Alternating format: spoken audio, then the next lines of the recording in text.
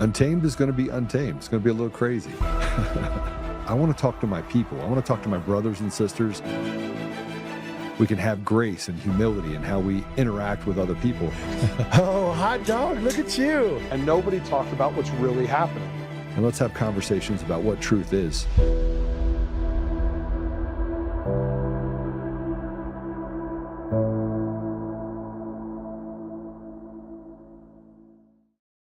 So Leader Schumer, this talk about election security has revived discussions of the SAVE Act, which you have said you oppose. Proponents of it say that it's, to have ID, you have to prove U.S. citizenship to be able to vote. Though some of the claims they make, to be clear, are overstated. We know there's not widespread election fraud. But polling does suggest, there's a new Pew Research poll, that 95% of Republicans, but also 71% of Democrats like this idea. So why do you not? It's Jim Crow 2.0. And I called it Jim Crow 2.0, and the right wing went nuts all over the internet. That's because they know it's true. What they're trying to do here is the same thing that was done in the South for decades to prevent people of color from voting. For instance, if you change, you're a woman who got married and changed your last name, you won't be able to show ID and you'll be discriminated against. If you can't find a birth certificate or a proper ID, you'll be discriminated against. This is vicious and nasty. And I said to our Republican colleagues, it will not pass the Senate. You will not get a single Democratic vote in the Senate. We're not reviving Jim Crow all over the country.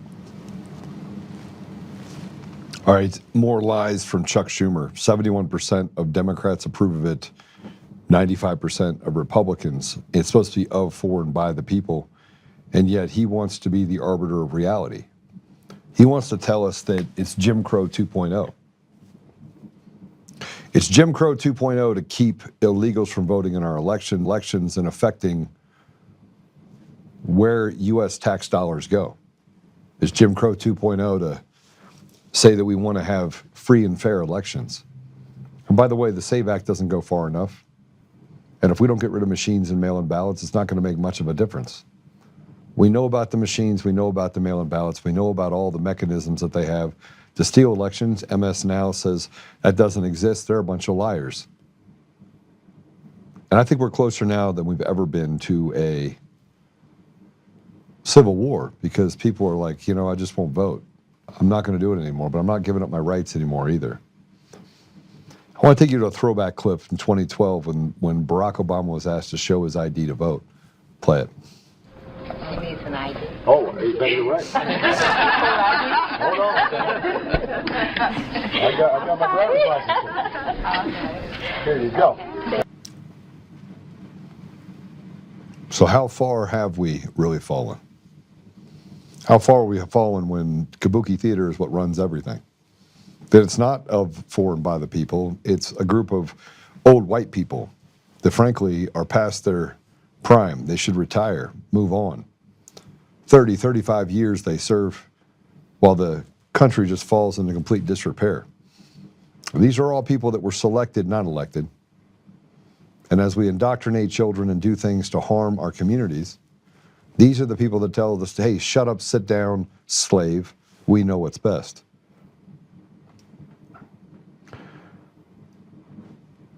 And let's talk about more of what the federal activism is. We're going to bring in our guest here very shortly.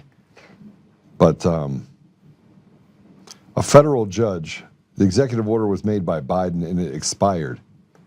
So there was a executive order was made by Biden that was set to expire. And this was so that you had temporary protected status of 350,000 Haitians in the United States. Again, more on the doles and more on the backs of the American people, the slaves that get told what to do, that have to, kind of figure out the new suck. But that judge decided to step in and say, no, you don't get to let that executive order expire. Laws don't make a difference anymore. Play it. This is starting to border on insanity. So Biden administration put in a temporary protection order for 350,000 Haitians. It was done through executive order, so there was no vote, there was no law, there was no legislation. It was just the Biden administration saying, I want to give these people temporary protected status, which he's allowed to do. Now, when Trump came in office, he could have created an executive order and got rid of it. But he said, I'm not even going to do that. I'm just going to let it expire, right? Like, this is not the Trump administration doing anything. They are just letting the policy from Biden expire when it was supposed to. However, a Washington, D.C.-based federal judge, Ana Reyes, who is a Biden appointee, has blocked the Department of Homeland Security from ending temporary protected status, which is, I hate the way that's worded, because that's not what they did. No, the Trump administration isn't ending their protected status. They're simply letting the executive order from the Biden administration expire when it was supposed to. And now you have a judge who basically says, you don't get to do that. You don't get to let executive orders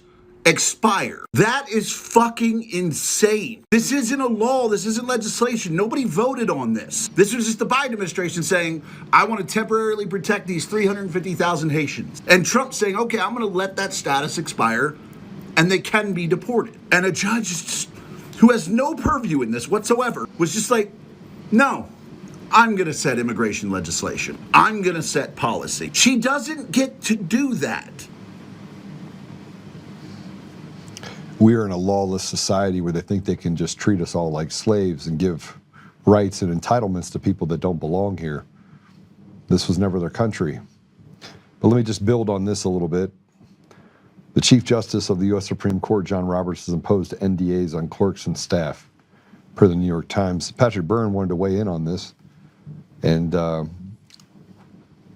Patrick says, methinks they know something this year. They will face the biggest case since Dred Scott, because enough evidence of foreign involvement in our elections justifies 47 to declare a national emergency. Will they second guess such an order? Interesting. But let's get to this before we bring our guest on. And Vince, by the way, I brought him on because he's a commodities expert. He's been on before. He knows about macro markets. He's an expert. I read every single one of his Substacks, and he does a lot of them. I read every one of them. Why?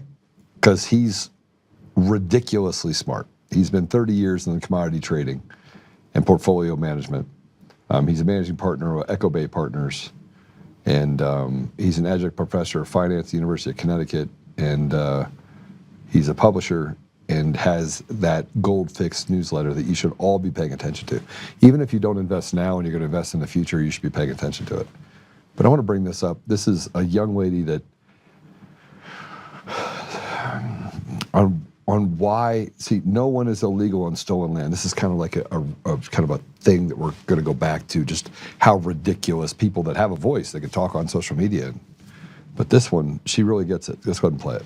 Today, I heard a girl in my class talking to a classmate saying, well, they should just give us our land back in reference to deportation. I look over, this girl is white and blonde. The whole nobody is illegal on stolen land argument is bullshit. First of all, not one single place, not one single city, country, anything on this earth is owned by its original owners. Second of all, the part of Mexico that is now the US was bought. Third of all, the Native American land that was stolen was conquered, which is kind of just how the world worked at the time. And by the way, Native American tribes conquered land from each other. So I don't see you talking to other Native Americans saying, oh, you should give your land back to that tribe, because you don't care. If no one is illegal on stolen land, just go to North Korea, see how that theory holds up. Go there with no papers. You'll probably be stuck there forever if you're not killed. No one is illegal on stolen land, but I'm gonna call the cops when you're on my lawn. Additionally, every single nation on this earth, there is not a single one that does not practice deportation. And the only country with people that are whining and complaining about it for whatever reason is the US. I just think it's absolutely wild that Democrats are living in the United States of America and all they want to do is divide. All they think about is race. That's all they think about. They see people supporting deportation and automatically assume, oh, so you hate Mexicans? Babe, why do you think Mexicans are the only people being deported? That's on you for that assumption. If you don't want to live in a safe country, go ahead. We'll let anyone in. We won't do background checks. We won't kick anyone out. See who comes in. See who comes in and takes advantage of us, because deportation is how we keep our country safe. And no, I am not saying that all illegal immigrants are unsafe. Most of them are very good people. But what I am saying is you cannot just let hundreds of thousands of people into this country without any background checks, any vetting, anything. You guys scream, oh, guns should be harder to get. And yeah, they should, but you don't think that it should be hard to get into the country. Make it make sense.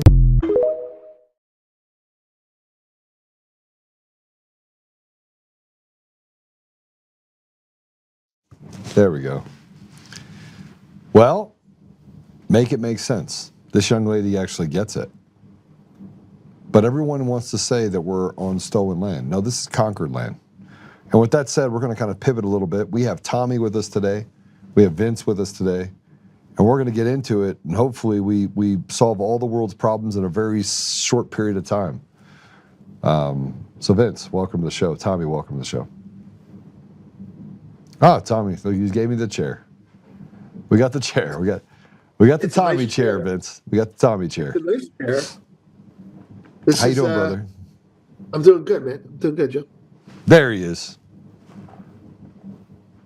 So look, I have lots of questions. I'm going to get right to it. The central bank continues aggressive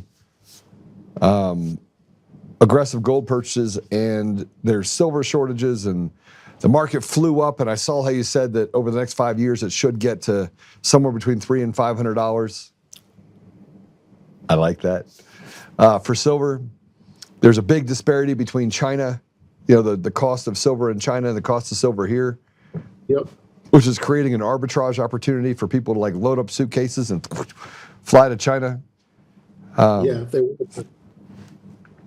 Is this a squeeze on silver? Are we going to see it shoot back down to 50 again? Or are we really going to see it kind of restabilize in the 120s? That's a fair question. I don't think we're going to see. I'm going to have an opinion. I rarely just put opinions of price out there. I don't think we're going to see 120 again for the next 2 to 6 months. So it's probably a good time to accumulate if you're a buyer. Now, everything you said is exactly what's going on. What happened was when, first of all, there is a battle right now. And I want you to imagine, if you would, that the United States is actually playing from the long side in silver, and China is playing from the short side. Now, it's not that they're necessarily speculating. It's that when we threw Maduro out of Venezuela, we also kind of ejected a lot of Chinese influence. And in doing that, we cut them off from their supply of cheap silver in Latin America. So Mexico, Peru, Colombia are all sellers of silver to China. But when the United States threw Maduro out around January 2nd or 3rd, around that time, there was a simultaneous pull. The United States bullion banks, JP Morgan, I believe, is the one that we're talking about here, started buying silver from Latin American countries and cutting out China. And when they did that, it seemed a little bit odd because we're not particularly bullish on silver as a country. But when you look at it against the backdrop, against the critical mineral idea, we need to accumulate critical minerals, and silver, although it's not one of the most important, is one of the, it's on the critical minerals list. And so JP Morgan started, and other banks, to my knowledge, started pulling silver in from Latin America. And the reason that messed with China, and this is a war, this is, for lack of a better word, a metals war. The reason it messed with China is because China owns the silver solar panel business. They own the whole vertical. 85% of the world's solar panels are approximately 85% are made by China. Now, I can tell you this, 85% of all the solar panels sold in Europe are Chinese. The other 15%, I believe, are Indian. But the thing is, you need a shit ton of silver to make solar panels. And China, with these contracts to make solar panels, with a shortage of silver, kind of started to panic. And it stopped at $74, $75. And then it just kind of exploded, which is what you noticed. 75 to 120 is where the market just went, ape shit. And then from there, kind of hovered for a couple days, a couple weeks, and now it's backed off. Now, My understanding is, from reliable information, is that the Chinese industrials who needed silver for their solar panels panicked and bought. And after they panicked and bought, a mysterious, reclusive billionaire named Bian Jiaming began to short the market. So you have this Chinese billionaire who's basically backed by the federal government shorting silver. Now, the reason am I saying too much, or are you with me so far? Yeah. I'm following you fully, and I'm getting an education here, so I'm actually taking notes, and everybody else should take notes too. So this is how I study things, and so I do a podcast. I bring Vince on because I want more information. He gives it to me. Well, this is kind of like a soap opera now. All right, So here we go. This guy Bian Jiaming, the reason he's important, the reason I'm bringing him up is because Bloomberg gave him a headline story. And Bloomberg's always bearish on silver. But here's the deal. In 2023, this guy took on JP Morgan buying gold, and they sold it to him. And he ran them in, made billions of dollars in 2023, 24. So I feel like there's a revenge trade going on here. And JP Morgan, which is now the buyer of silver against this guy, going head to head. And who is JP Morgan buying for? The Fed, the U.S. government. We need the silver. So they're buying gold too. They're buying gold and silver. They are. But silver they can buy and be honest about it. You know, the U.S. is buying silver and saying, look, silver's a critical mineral. It's on the list. We're building a smelter in Tennessee. We're going to put price floors in. We need to buy it. We're buying it for whatever reason, missiles, electronics, we need to buy it. But they don't have to be sneaky about it anymore. And now they're buying it direct. So it feels like we're setting up for another battle. And, you know, if you look at what happened in silver today, it collapsed. It went down to, collapsed from basically $90 an ounce to $75 an ounce. Massive move. It's massive. And who was buying it at $75 an ounce? JP Morgan. And who was selling it all day? China. So there is this battle royal going on now. And I don't know how it ends, but I'm betting that it ends with the market going nowhere for the next couple months while these two heavies slug it out. But if you look it up on Bloomberg, you'll find it's Bian Jiaming, Ximing. Bloomberg is all about how bearish he is. And I got to tell you, I mean, just speaking as a silver and gold bug, when gold ran up from $2,000 to $5,000, there were maybe 5 stories on gold and silver rallying. And now silver comes off the highs, and I counted 5 stories yesterday on how silver was overbought and how it needed to come off. So I just feel like the press has it in for anything that they don't have a stake in financially. You know, if it was a stock. I'm sorry. So every time the JP Morgan talks, I try to leverage the opposite. So they said, don't buy Bitcoin. They were like, send me $1 billion in Bitcoin. Right. So, and the sell-off happened in Bitcoin, which they haven't talked about, where all the financial institutions says, let's sell now and we'll buy it back. And they're already starting to buy it back. They started buying it back at 65,000. Right. So, and no one's paying attention to that. You see these large purchases of, okay, now another $1 billion came in at 65 when it was at 115. They were selling off, and they were doing it quickly. I mean, the sell-off was fast. Like violent. You're right. It wasn't. I mean, it would drop 10,000 points, but not before they unloaded $1 billion and people figured it out. They're like, oh, I got to buy more. Right, and the floor dropped out from under it. So they're actually taking wealth again from the middle class, and they're handing it back up to the and they've learned how to manipulate that market, so they always win. Yeah, you know, if I could just to corroborate what you're saying, you know, all through the rally, Jamie Dimon kept saying, "I'll fire people who buy Bitcoin or who trade Bitcoin. I think it's junk." And now it's at the top, and they changed their tune at the top, and they said, well, we'll encourage people to invest in it. And now it's come off 30%, and they don't have anything to say about it. Now, the reason I bring that up to just, you know, reinforce what you said is because what I just told you about JP Morgan and silver is not what they're saying. I'm telling you what's going on. Yes. What they're saying is gold is a buy and silver is not. That's what they're saying publicly right now. Gold is a buy and silver is not. And meanwhile, it's not what they say, it's what they do. And the problem with our markets is, I truly feel this. We have been led to believe for the last 30 years that our markets are governed by this invisible hand, that the market is free. It isn't. No, it's not a free market. And I say that without even being conspiratorial about it. If you were to take a look at the Bitcoin chart, for example, whether you like Bitcoin or not is irrelevant. The way that the market is being taken down is a takedown from what's called a market maker algorithm. They're selling it very loudly and very obnoxiously, as you're saying, and then they're buying it very stealthily. So anybody who has any kind of leverage at all for their position is getting stopped out while the government or someone else is accumulating Bitcoin.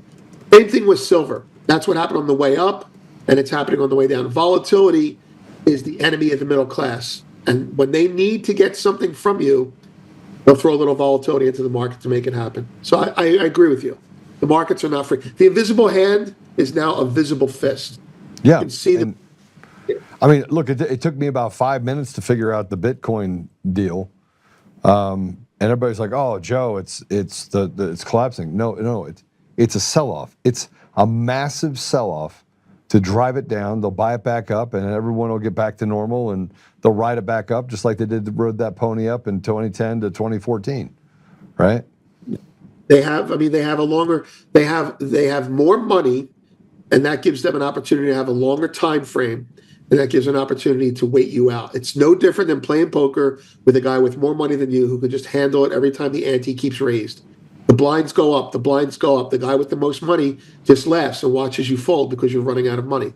And that's what's happened. It's happening again. Absolutely. Yeah. And we get caught in the emotion of it. They're not caught in any emotion of it because they have nothing to lose. They're playing with your money. It's house money, right? That's right. That's right. I mean, not to mention that I almost feel like, when you look at CNBC or anywhere else you look and you see the market on the screen, that's kind of like the enemy. It reminds you of where the price is. And because you can panic, they let you panic. And whereas a stacker or someone who owns it doesn't have to worry about the price because he's not going to pick up his coin and call up and sell it just because the market's down a little bit. I think financialization and leverage go hand in hand, and those two things have conspired against people with less than affluent means to survive in this environment. I guess in English, the Fed uses interest rates to make people lose money. And the people who lose money are the middle class. 1,000%. 1,000%. It's a redistribution of wealth using just another mechanism in order to suck more off the teat and hand it over to other people. So, and it's a very sinister way to look at things, but it's true. How do you can see it, right? Doesn't take a rocket scientist to see it. Everything that's happened bad in the country monetarily has happened after the Fed was created. So, yeah. Tommy, what do you think?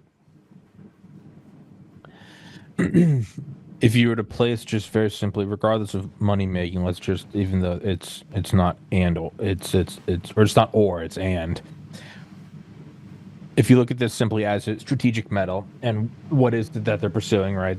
The Genesis project, they're pursuing AI. Don't get wrapped up in the emotion and the words linked with AI. Simply look at it as a new form of power projection. No different than the liquid fueled rocket, no different than the nuclear bomb. It's a form of power projection. If you look at the amount of things they did in the 40s to get the A-bomb, including using not most, but I think 8,000 tons of silver from the Fed. If you look at in the 50s to get the needed fuel for the U-2 spy plane, there was no one could get bug spray for like 2 straight summers, and no one knew why. And it's because it was a part of whatever precursor to it was necessary for the fuel for the U-2. My point is when not just a random military program, but a form of apex power projection, the new, whatever you want to call it, the rocket, the internet, the drone, stealth technology, every decade has their own unicorn. The new current one is AI, regardless of if AGI is feasible, doesn't matter. The government thinks it is. If silver is needed for the clusters, they will do everything to get. I don't even think this is just like some banks making money. I think this is above that. I think it's the U.S. national security apparatus, who provably, with provable U.S. history and classified documents, will do anything to get the thing needed. I think that's what it is. This isn't needed for like the tire of some fighter jet. This is their crown jewel right now. Is the pursuit of AGI, and silver is needed for that. They'll do everything, including crashing a market, using every news outlet to do it, and if they can't do it, to compromise them and kind of put their finger on the scale. They'll do all this shit.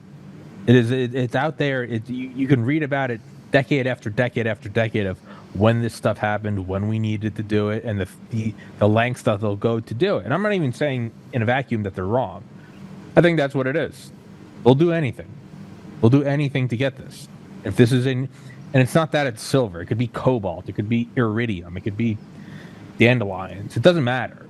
It is a tool. It is a piece. It's a puzzle piece that's needed for what they believe to be a weapon of power projection on a global hegemonic scale. So yeah, they're going to do everything. Why wouldn't they? So that's what I think. Vince?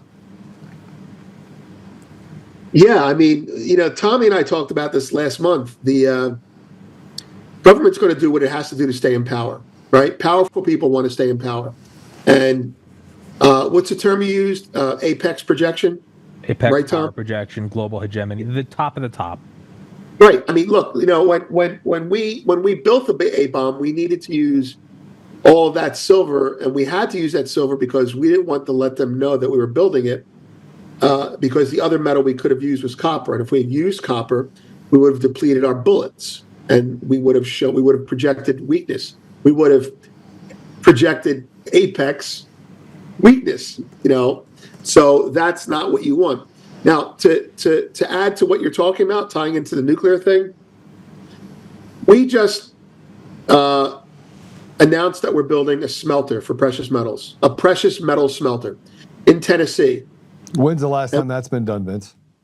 50 years ago. We haven't built one in 50 years, right? Right? Tennessee is where we did a lot of the electricity production for the A-bomb, Oak Ridge, Tennessee. Wait. Tommy, hold on. Before you're going to finish this. No, you're going to finish this sentence because you're right. Oak Ridge is in Tennessee, and Oak Ridge is where they built the magnets to build the bomb. Right. And Tennessee is where all the uranium comes into the country. So something's going on. I don't know why, but. And another thing is, I think they used 8,000 metric tons of silver. And not only did they do that, they also went to the Treasury. I think they asked the Treasury, they're like, we need it in metric tons. And the real friction, they had like a handwritten note from FDR that's essentially like, hey, give them the fucking silver. And the big problem was the Fed was like, we only measure in troy ounces. And they're like, give us 8,000 metric tons. And they're like, what is that in troy ounces? That was the hiccup, was like they only did. But the point is not only did they do it, but it was entirely off the books. They didn't want any receipt of this. No one was supposed to know. And when they returned it, and this is in Garrett Graff's new book, The Devil Reached Towards the Sky, they returned, I think, to within 1/1000th of an ounce. They returned every bit of it.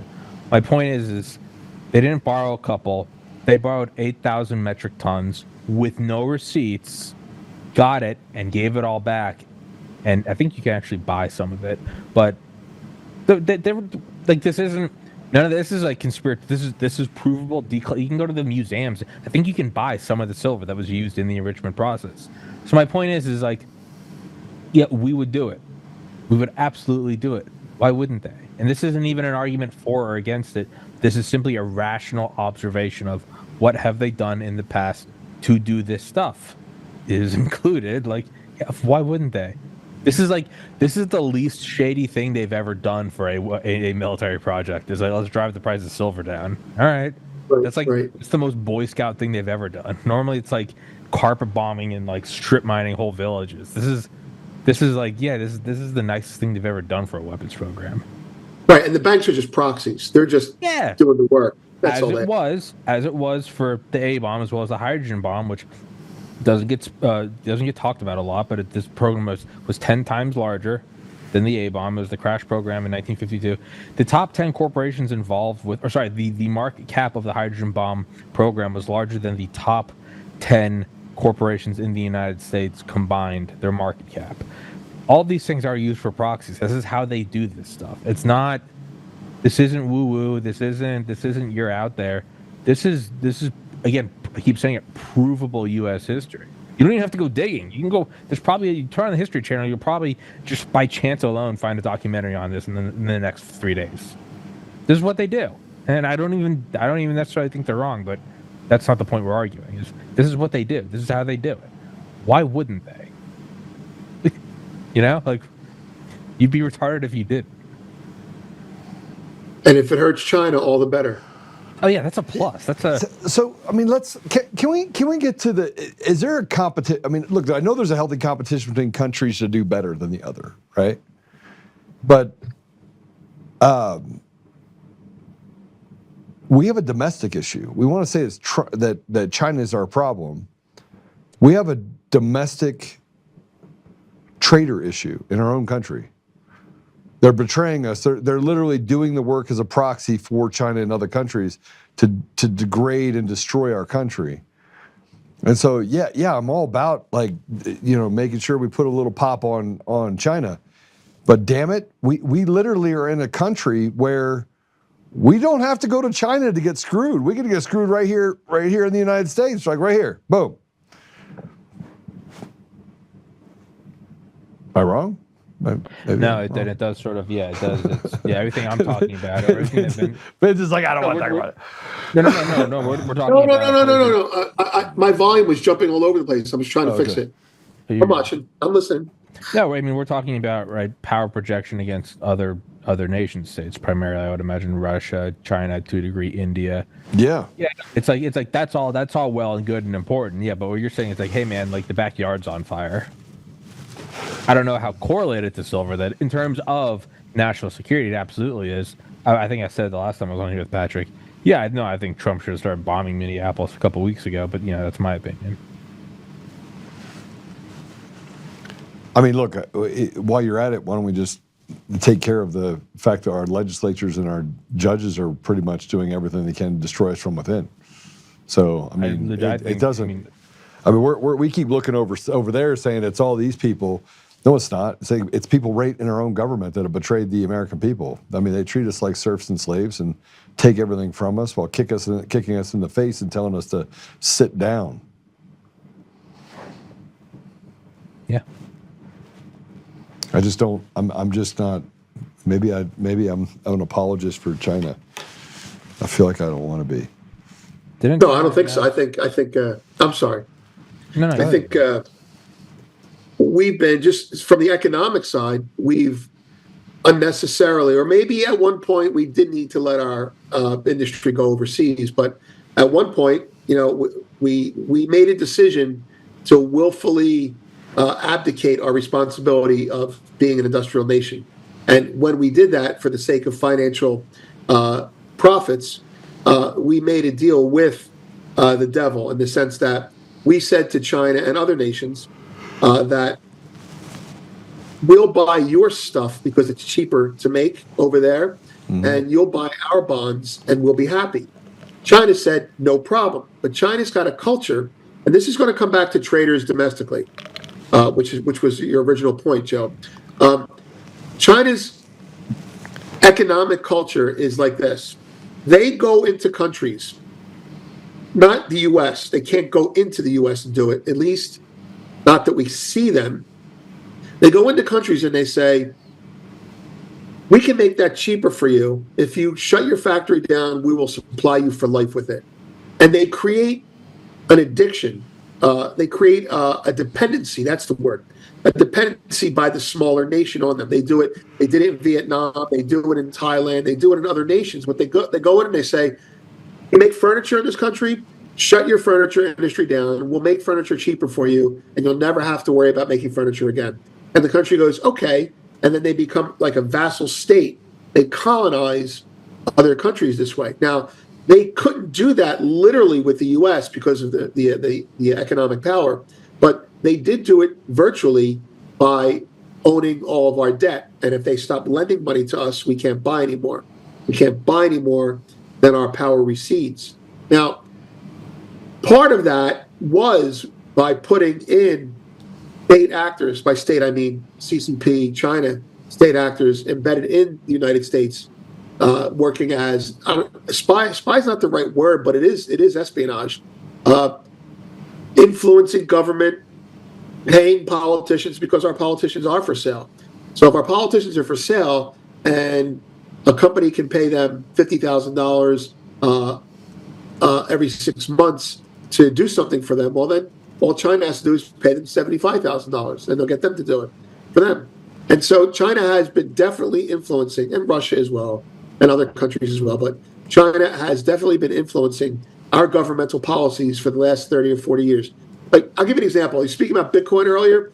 Did you know that I saw a video from a Chinese conference where they were listing all the U.S. power sources, electric power, and they were saying these are the states to move into because we can do stuff cheaper there.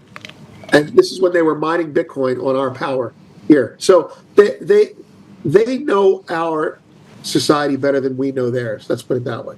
And so they can operate freely here with complete impunity. You cannot operate freely in China. They'll snatch you up like a I mean, if you're tolerant of everything, it will be your demise. You have to be tolerant of intolerance. Otherwise, you have to be intolerant of intolerance. If you're not, you're dead. It's what's happened in England. In England, Salafi and Wahhabis have moved in and have imposed their law because it's permitted. If you, again, like that girl that you had on the video, if you let everyone in, then anyone will come in, and those people will take advantage of the things that you promised them. That's a line we have to walk, but we're not walking it anymore. We're way over on one side. So that's my take. All right, where do you think we go from here on silver? Where do you think we're doing? What do you think that? I mean, and I'm not just talking about silver. We're heading into an election cycle. The stock market is not being very kind. It's been pretty much up and down. You know, tech stocks are getting hammered right now. Tesla just announced that they're getting rid of the Model S and the Model X. Model S, yeah. They're getting rid of those two models to make robots. I mean, you see a shift happening right now that's pretty dramatic. There are a couple things going on at the same time.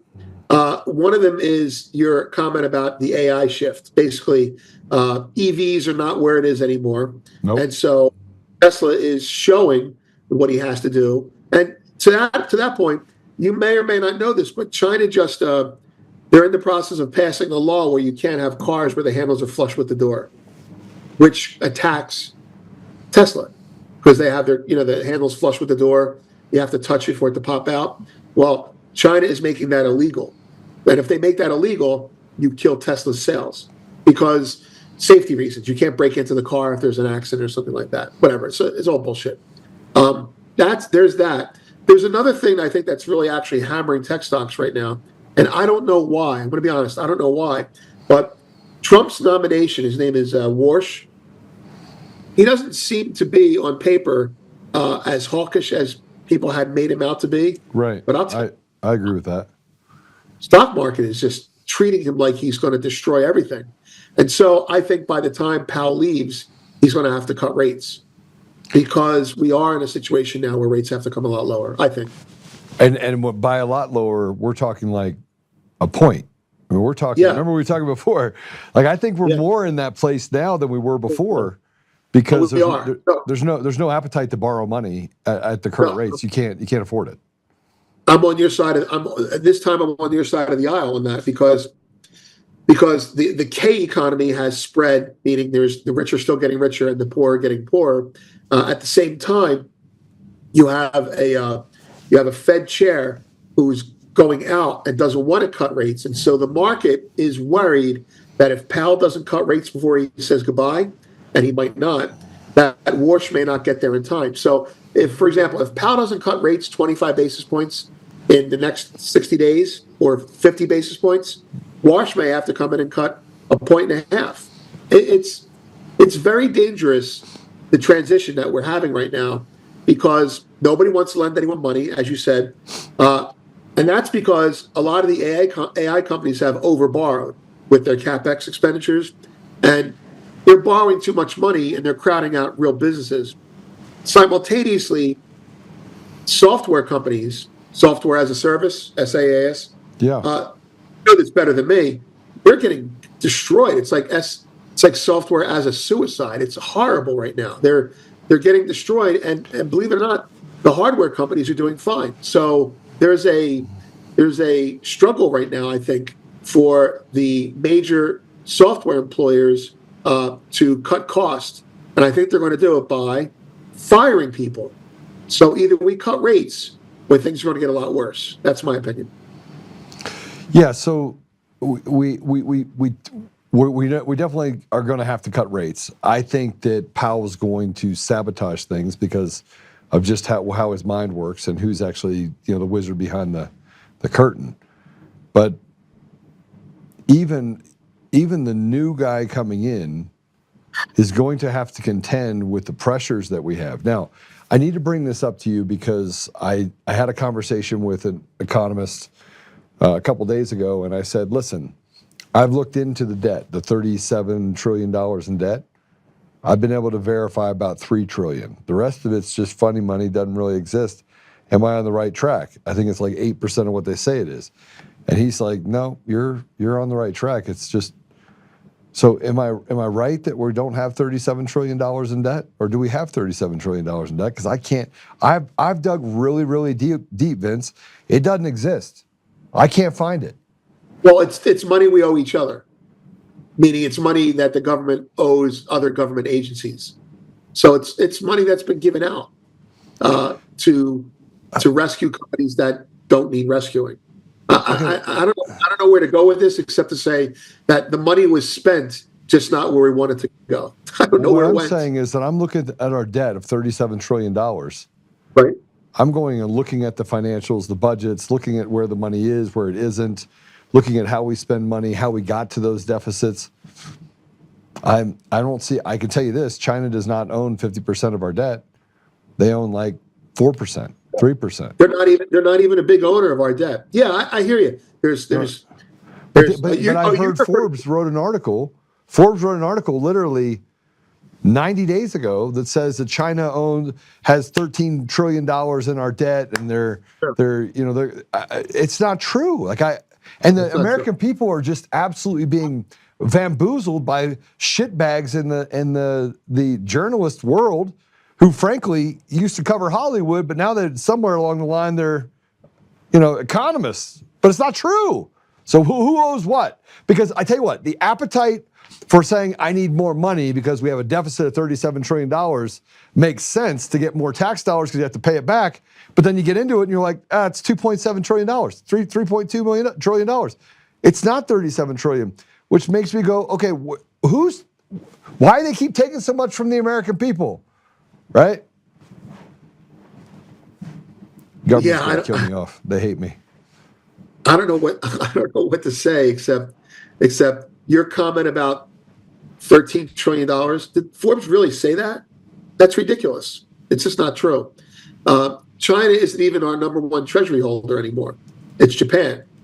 And to say that they have more than 10% of our treasury losses, which is what they are, their losses, I think is crazy. I don't know where this money is or where it went or where it's coming from. But I agree with you. I can't find it. I dug pretty deep, bro. I mean, I've spent the last 3 weeks digging. And it's all in the Cayman Islands. It's on Epstein's Island. I'm telling you right now, we are not $37 trillion in debt. It's a lie. It's a lie. Sorry. It's funny money. I don't know. I don't know how to find it. I can't. I don't know what to say. I guess I asked you the question because I asked the other economist. I can't remember who I was talking to, and he said, "Yeah, Joe, the debt's not $37 trillion. Everybody knows that." I was like, "Then why are they lying to us?" Right. What purpose does it serve? I don't understand that. Take more off the bite out of the apple. Instead of 55% of your money, they take 56, 57. The thirst is unquenchable because you have all this. That's why Congress isn't worried about it, because they're like, yeah, these idiots think it's $37 trillion. Let's raise their taxes. And it's not.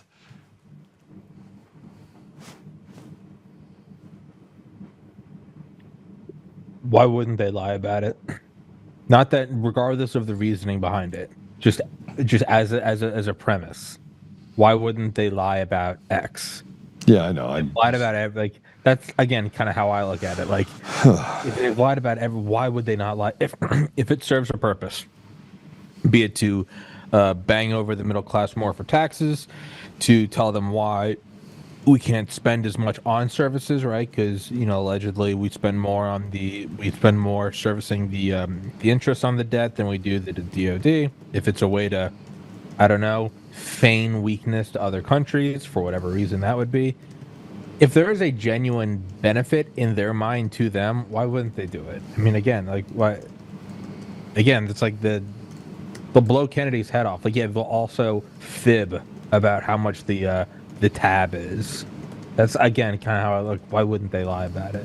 If it was in their nature, or not their, excuse me, not their nature, if it was in their interests, why wouldn't they? Again, it's like, you know, grow up. Like, why wouldn't they? Yeah, I mean, again, I just asked the question because, you know, nobody ever digs in, right? And so I was like, all right, let's go dig. And then I dig, and I was like, this is bullshit. We have a debt calculator that's $38 trillion, and I go dig into it, and they're like, no, it's not. And I went back 15 years, so maybe I'm a retard. Maybe I just don't know what I'm doing. Maybe math is not math anymore. Common Core says we have to round up from 2 trillion to 37 or 38 trillion. Make it make sense. It sounds right. It's also not something you necessarily be, your first instinct wouldn't be to question that, right? Your first instinct would be, if they're lying about it, they're making it not seem as bad, right? Because that would be your first, be like, they said it's 37, it's probably 57. That's kind of our first knee-jerk reaction, to be like, they're probably covering up. I mean, if they are doing it, you gotta tip your hat. It's not a lie I would expect out of them. Just being totally honest, I would imagine that they'd be, you know, they'd be saying it's only 37 if it was actually 107. Yeah, as far as lies go, it's pretty sly. Who knows? I certainly don't. So 3 years, we'll be at 300.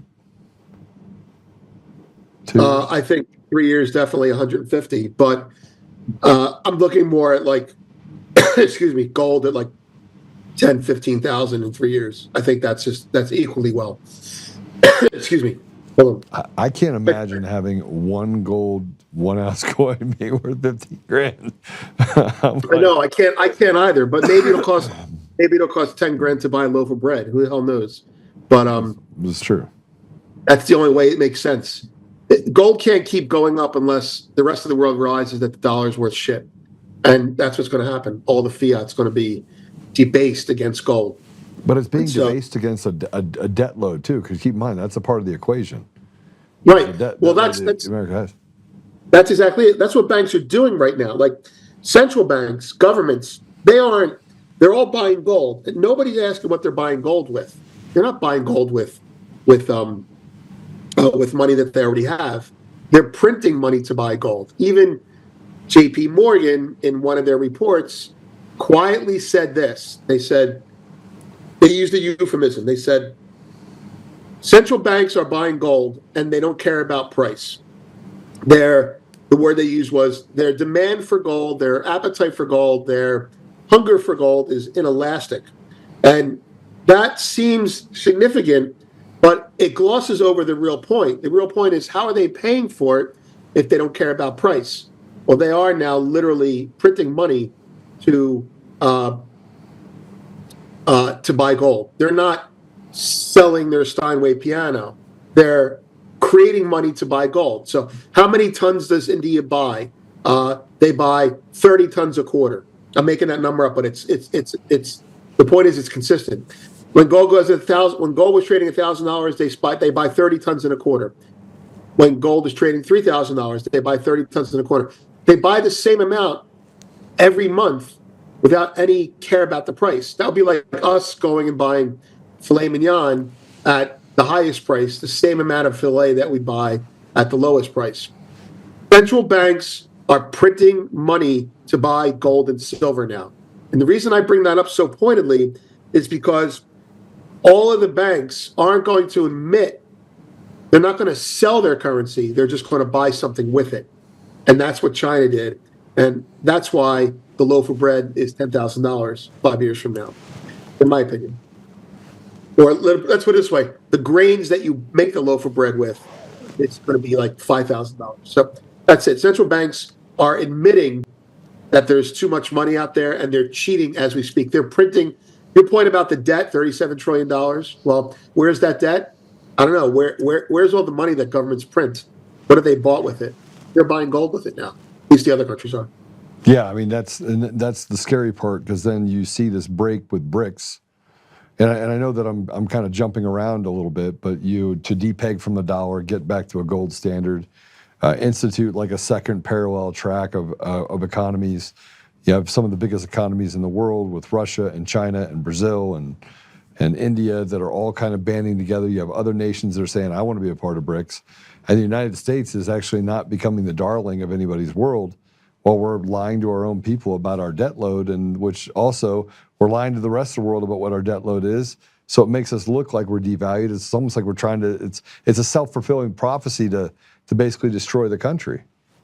It's really 4D chess. I mean, to Tommy's point, why would you say that your debt is worse than it is? But the flip side of that is, why would they ever tell the truth? Because when you tell the truth, you give up control. And the last thing they want is control.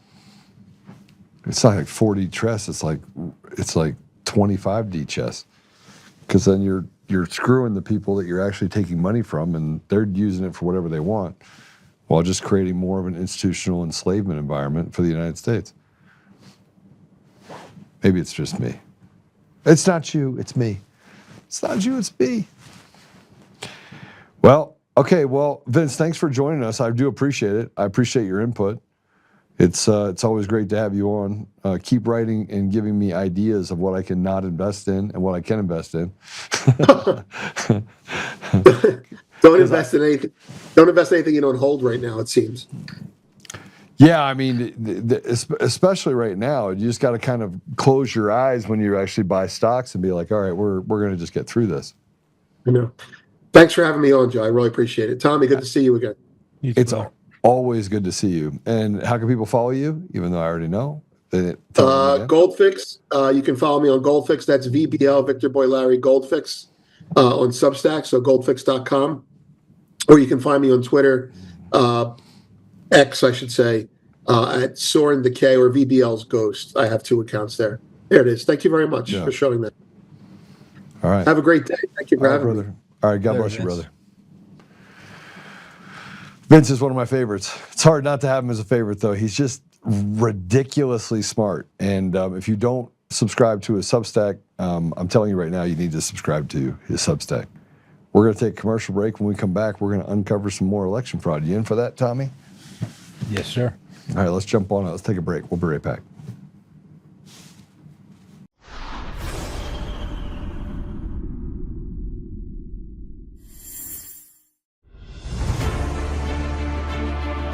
In every thread, in every stitch, Honor-Bound USA weaves the fabric of the American spirit.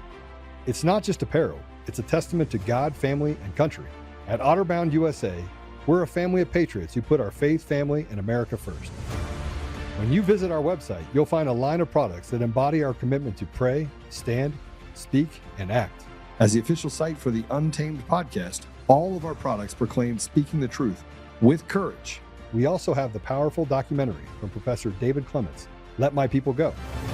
Identify yourself as one of the few who are willing to stand for what they believe in. Join the Honor-Bound USA family today.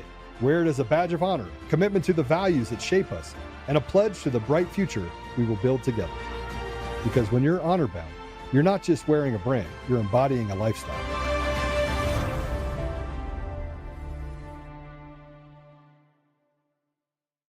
Hi, I'm Joe, Supreme Leader of DCF Guns. What is DCF Guns, you ask? We're the best damn gun store and range in the universe. Do we have guns? We have all the guns. We got small guns. We got big guns. We even have beastly guns. We offer all types of training, and we have 5 ranges across our 3 locations. I'm a good shot. And of course, we have all types of ammo. We even have flamethrowers. Woo! We offer incredible membership opportunities, and members save even more on guns, ammo, and accessories. Military, both active and retired, and first responders get up to 40% off memberships. Come join the DCF family today, where we keep the range hot and the deals hotter.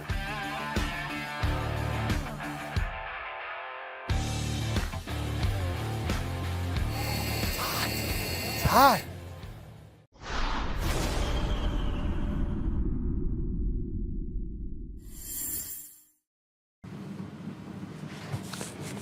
All right, so let's dive into it. Let's go ahead and bring Tommy in. Just get him in here right away.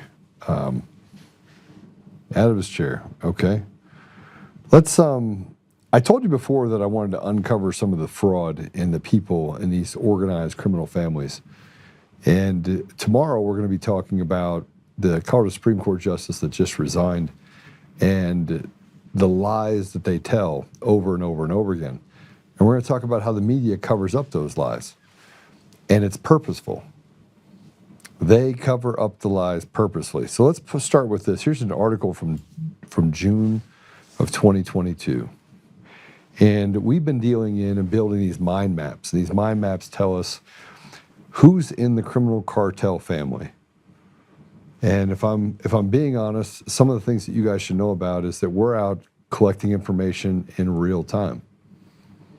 We're out watching these people. Before I do that, I want you to see something. So one of the things that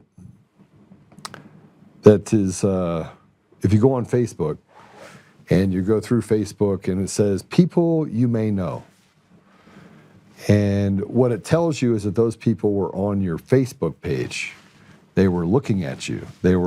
And over the last 3 or 4 weeks, some familiar faces keep popping up on my Facebook as people that I should know. Now, I don't visit these people. I don't visit their pages. I don't go to say hello to them. I don't say boo to them, but it seems like they spend a lot of time with me living rent-free in their head. Now, usually that means that I have to watch my back because this is the cartel we're talking about. And so it gives me pause and allows for me to make sure that I'm extra careful. But let's pick up the picture of these 2 people that keep visiting my Facebook page and checking out some of the videos that I put up on how we're going to protect. Oh, there's one. Jenna Griswold, Miss Porky Pig herself. Looks like she's hanging out on Facebook. I wonder if they watched my video. You think they watched my video? Damien, you think they watched my video? I think they might. Here's the other one. Oh, look at this guy. Jared Paulus. Jared Paulus is hanging out on my Facebook page. That's what you call knowing, that they know that I know that they're going to jail. They're going to be arrested. What are they worried about? I'm going to tell you what they're worried about. They're worried about the story we're going to do tomorrow on a Supreme Court justice who was drunk, ran and did over $100,000 in damage, didn't show up for court, had a bench warrant issued for arrest, committed a second crime as a Supreme Court justice. And in both cases, drunker than a stuck pig when she ran into a bunch of cars. I mean, drunk. Ran through a bunch of cars. Supreme Court justice. Care to hear what Supreme Court justice said? You know who I am? Now, here's the interesting part about all of this stuff that's happened. You have a case that right now is before the federal court for bribery in the state of Colorado. It involves Phil Weasel Weiser, the Attorney General that wants to run for governor of Colorado. It involves the Secretary of State, Jenna Griswold. It involves Jared Polis, who interfered with a legislative session in order to hide information related to the impropriety. The Synagogue of Satan crew. The people that want to tell you that they're here to take care of you, they care about you. They want to tell you that, from what I'm saying from my perch here, that I'm anti-Semitic, but I'm not. Nothing about me is anti-Semitic.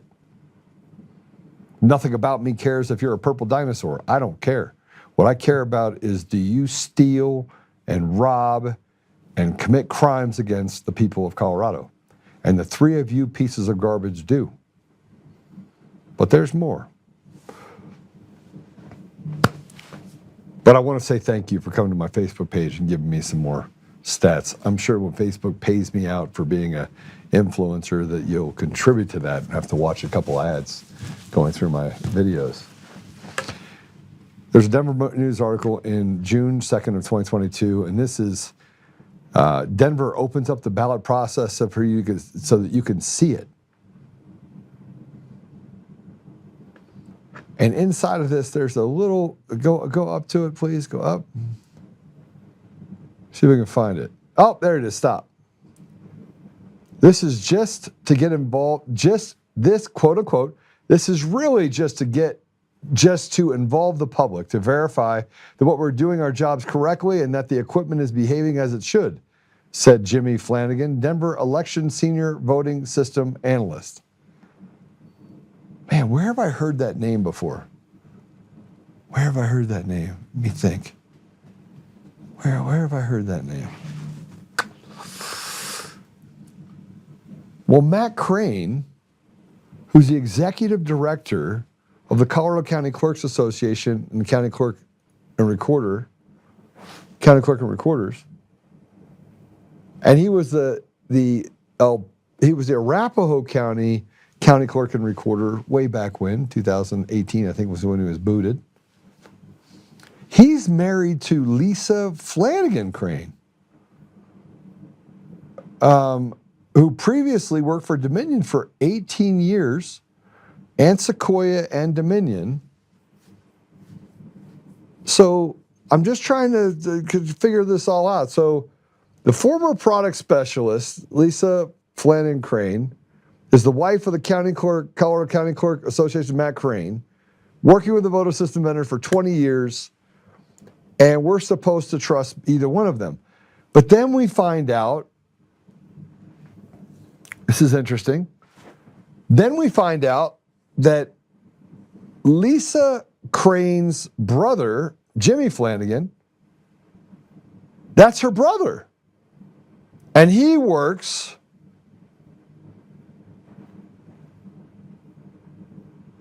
as the Denver County election official.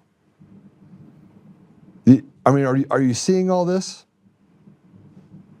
Are you seeing all this? I mean, are they really married, or are we just talking about CIA connections? I mean, let's just get right to it. You got fraudulent elections in every state, in every county, in every across the United States. We have not had a free and fair election in my lifetime.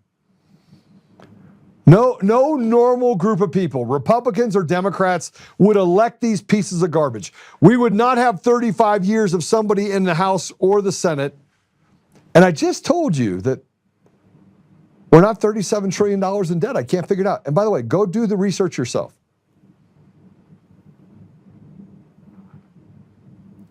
It's a criminal cartel. It's a family cartel. Do we have Tommy back? Sure.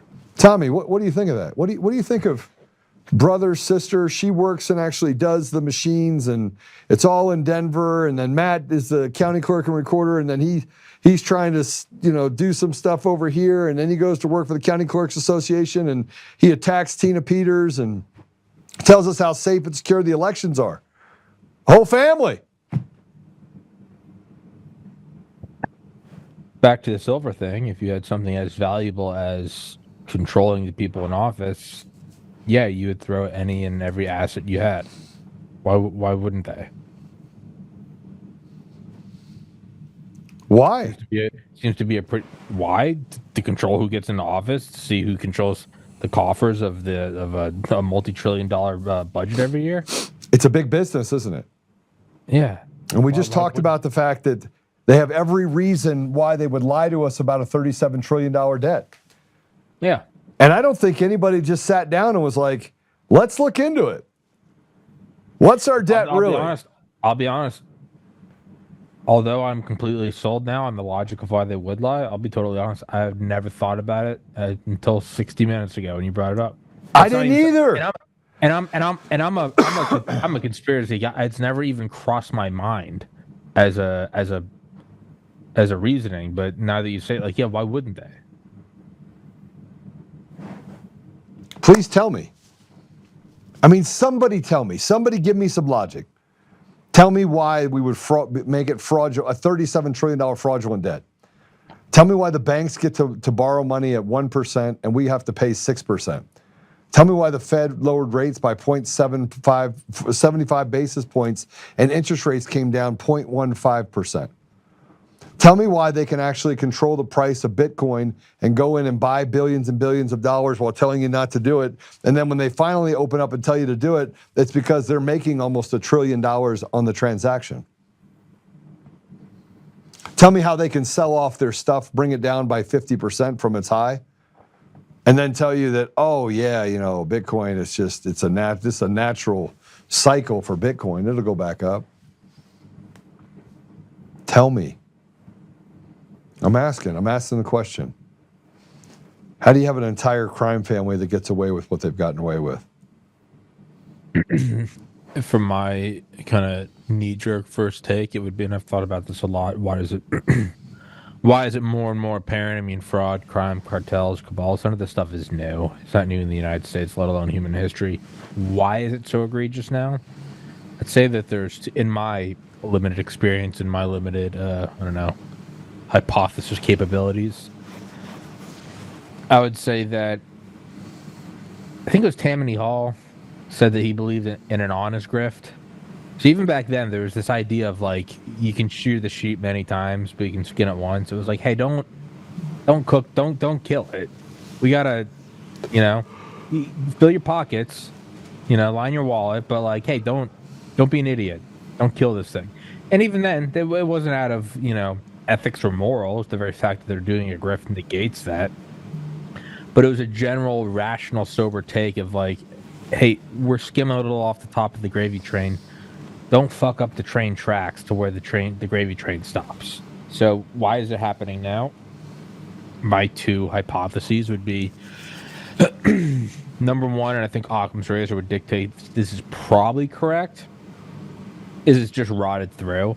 In the same way that, the third or fourth generation trust fund kid certainly doesn't have the morals and ethics of, the dad that started it, your Rockefeller, your Carnegie, whatever, your George Washington, your whoever, The next generation, they're not as crazy, but they're normally raised directly by the guy and, okay, so they can keep it going. But by the time you get the third, fourth, fifth generation, it's just coked up trust fund kids plowing Bugattis in a tree. Like, there's no...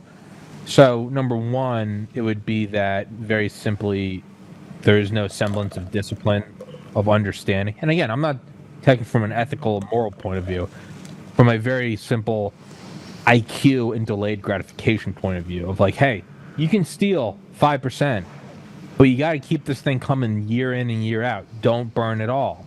I'd say that's probably what it is. If I had to put my money on it, I would say that's what it is it's just... We're at like fifth and sixth generation trust fund, deep state parasites. The next, and I think perhaps less likely, but still perhaps likely. And by the way, the first explanation also ties in and explains, the rise and fall of empire. Those aren't independent. Less likely, but I think still on the table, is that they, quote unquote, and this then moves beyond the United States to the elite, the parasitic class of all the world's nations, but particularly the strong: China, India, Russia, United States, UK, is that all of human history is the rise and fall of empires, and it's always one end, next comes. There might be a feeling that this isn't the normal rise and fall of empire, that this is the rise and fall of man. And by that I mean, be it a solar flare, be it pole shifting, be it asteroids, be it aliens, be it runaway AI, be it, you know, the next 10 pandemics, there seems to be a feeling of grab everything. You know, there goes stealthy riding, and then you see the looting, right? Where it doesn't matter, cover your face, grab as much shit as you can and run. It's not principled.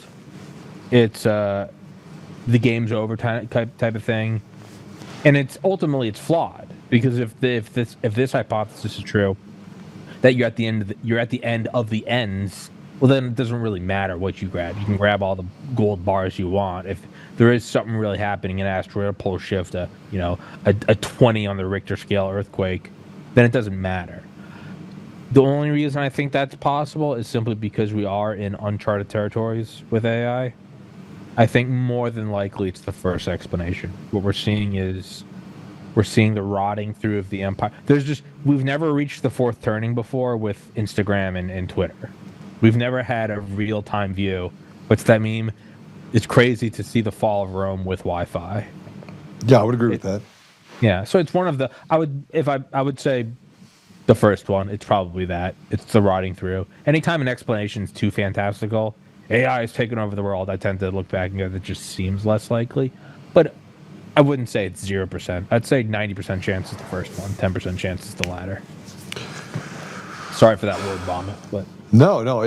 Look, the deeper I go into nearly everything, the more I come out the other side thinking, why do we do this? Why do we do this? Why do we do this? Why do we do this? Why do we do this? And, you know, when you're studying for a debate, because I have a debate coming up tomorrow at Douglas County Fairgrounds, and but as a part of that debate that I have coming up, I want to make sure I'm prepared. I want to make sure I understand some of the issues. I want to know about the gray wolves and the wolverines, and, you know, what are farmers facing? I'm asking farmers, you know, what is it that concerns you? Trying to get to a place where we start listening to our constituents, right? I mean, and ignoring the special interests and lobbyist groups. And you know, how do we do all of that? How do I win this race? How do I walk down this path without catering to the haves and ignoring the have-nots? I mean, that's really it. I mean, how do I win this without doing the opposite, how do I win this by doing the opposite of what they would expect me to do, right? And you know, I find that the more I go in and I start researching this, the worse it gets. Our debt's not $37 trillion. So is it really $800 million that we're underwater on our deficit in Colorado? We don't know. Because there's never been a comprehensive release of our financial statements where we can take a look at all those things. It doesn't exist, Tommy. It doesn't exist. They hide it behind this superfluous, you know, a budget meeting where they have a document that's one page long and says, here it is. We're over by $800 million in Colorado. So I'm really just at that point where I'm like, nothing seems right. And we still have machines and mail-in ballots. Again, I would say these are all symptoms of the first explanation. That, again, if you have a more measured, and I'm trying to use the term elite less because they're not elite, they're just parasites. If you had a more measured group like that, they also tend to button things up. If you have people that have the power to say we're only going to grift 5%, they also have the willpower to, hey, maybe the debt's $3 trillion, call it $5 trillion. And Alan Dulles wouldn't say, call it 37. He'd be, what are you doing, you idiot? Yeah, I mean, look, this is where you get to the place where every year they just add $2 or $3 trillion more. Remember, the Pentagon failed their audit the last 8 times that they did an audit by trillions of dollars. Yeah, so to me, this says that it's, in a weird way, it's actually kind of optimistic. It's as Tim Dillon says, A students don't run the world. C students who are willing to kill somebody do. Oh yeah, and that's actually optimistic because you go, well, what if we get some A students who are willing to kill? I mean, you win. They're not smarter. They are not elite, as Russ Baker calls it. It's a mixture of ruthlessness and incompetence. Yeah. And it can appear very scary. But that's all it is it's ruthlessness. To the uninitiated, it can appear that they're a monolith. But the more you dig into it, like you're saying, you're starting to look at it, you're like, wait, what? They're blowing it so far. They're not doubling the debt. It's $3 trillion, we'll call it 6. They're going, again, this is the undisciplined trust fund kid. They don't know how to run a racket. They're running it up 10x, 100x. You're gonna get capped. You're John Wick. You're gonna shoot the wrong guy. Look, if you the wrong guy's dog. If you look at it from the perspective, though, of trying to destroy the sovereignty of a nation, it makes perfect sense. Oh no, it's brilliant. You say that I'm robbing Social Security, so we can't afford to pay you, so we have to raise more money on that, and then we just slip that out the back door and use it for USAID while we're stealing resources from other countries. I mean, it makes perfect sense. I mean, heck yeah, bro, let's go. I mean, we took $19 trillion in oil from Venezuela. Does that mean that we're now running a surplus? You see what I mean? Yeah, but that's the kind of thing that makes me think that the numbers are bunk. They are bunk. And again, admittedly, I'd never thought about this until this show. But why wouldn't they lie about that? If they're lying about shit like COVID, where openly, grandmas are dying because we're not giving them vitamin D, and toddlers are dying because we're giving them an experimental vax, why wouldn't they lie about the numbers on a sheet? Well, it's in their benefit. There's 5 more zeros. I didn't even look into it. I did not even look into it until I started doing research on Colorado's debt. $800 million in debt. And then I'm like, okay, so I need to understand how this works. I need to fundamentally look at what the mechanisms are that create this debt and create a balance sheet, right? And every state should have a balance sheet. The government should have a balance sheet. You should be able to look at balance sheets and P&L statements, and P&L works the same way on a country as it does on a business, because it is a business, right? You have revenue coming in and out, entitlements that go in and out. Credit card bills that have to be paid. And I kept looking at it. I go, maybe I'm off. Maybe my numbers are off. And no, I got down to like $2.6 trillion that we have in total debt. I mean, that's if you take everything. That's even if you take the balance sheet and you have money that's sitting on your receivables and your payables. They just offset by, $3 trillion. Well, that can also be dealt with. Yeah, I mean, look, it's a lot. I don't know what the answer is, but I'm just telling you that there's definitely a discrepancy. Okay, let's get back to Matt Crane if we can, because here's something that we talk about. Tina Peters, talk about the elections, talk about what's happening in Colorado, and Matt Crane put up a post about Tina in December 31st, 2025. Let's put this up. True election integrity demands facts over fiction. Tina Peters' illegal breach found zero evidence of fraud and only exposed to profound ignorance of secure election systems. Convicted on 7 counts, 4 felonies, sentenced to 9 years. Holding her up as a hero is disgraceful and undermines election integrity. There's nothing conservative about it. Okay, all right. Let me just tell you, she was never found guilty of election security crimes. Never. It's a lie. She got convicted of influencing a public official, giving people credentials. There was nothing in there that talked about what she did with the election machines. Nothing.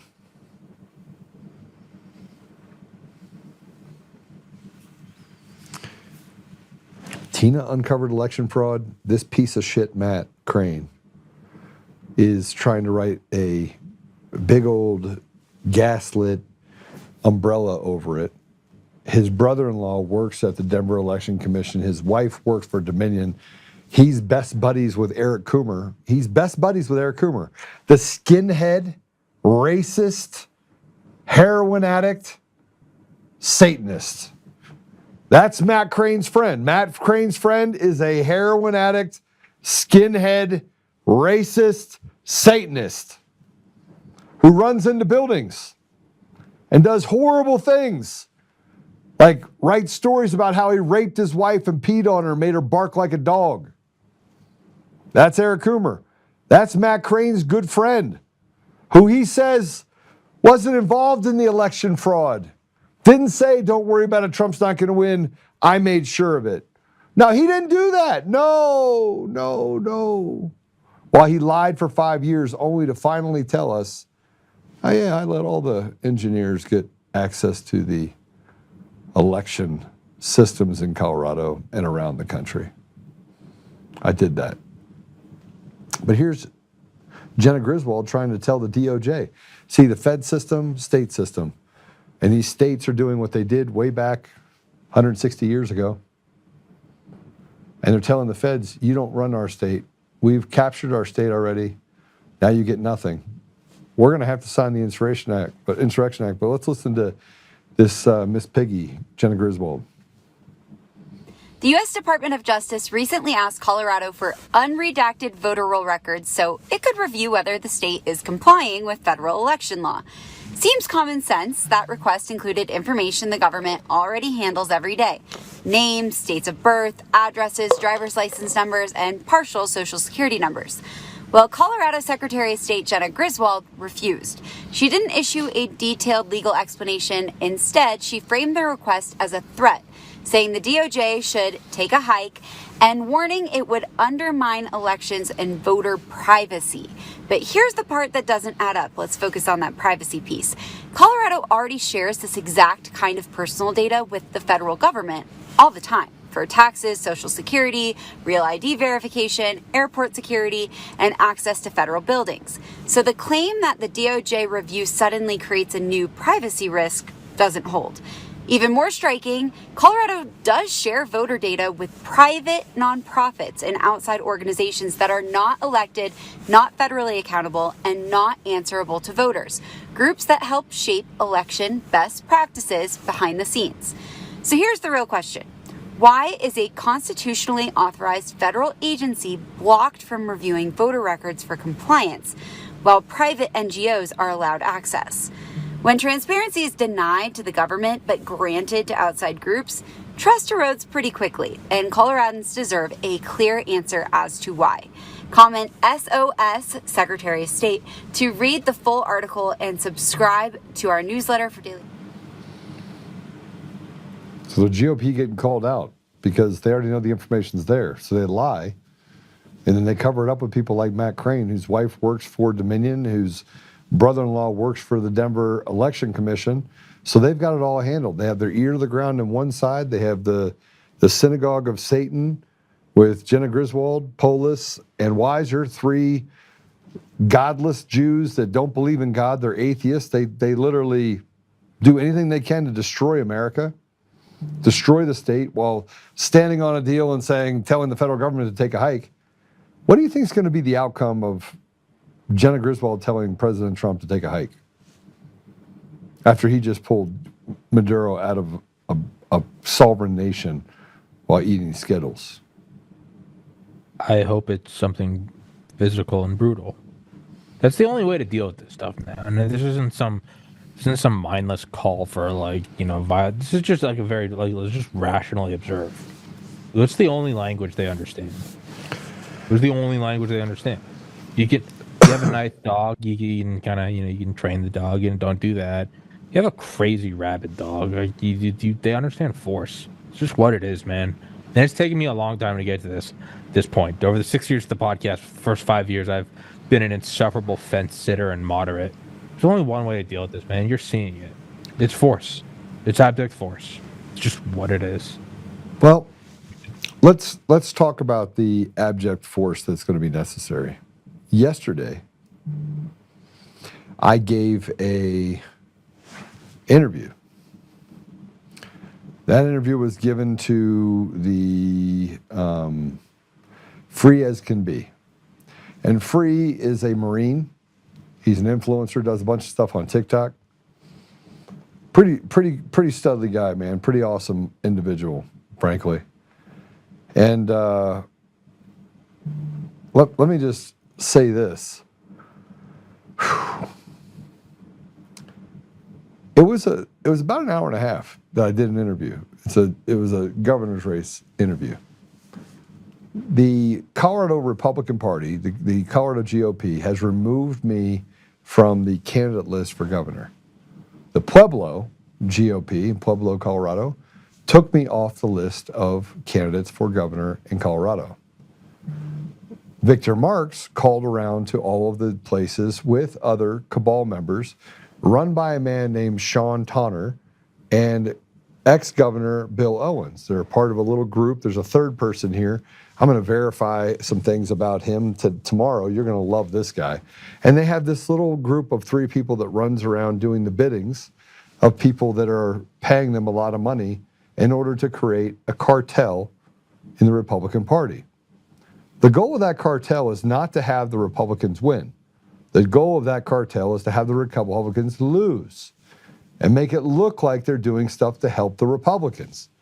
So they will sanction a candidate such as Barb Kirkmeyer, which is what Bill Owens did, while going over to the Victor Marx campaign and telling them, hey, I'm for you. Let's help you raise some money. Then they connect them with different places around where the same sort of small donor campaigns are created that you saw that funded entire campaigns. And when you get into Victor Marx's campaign, you're going to see that his money didn't come from Colorado people at all.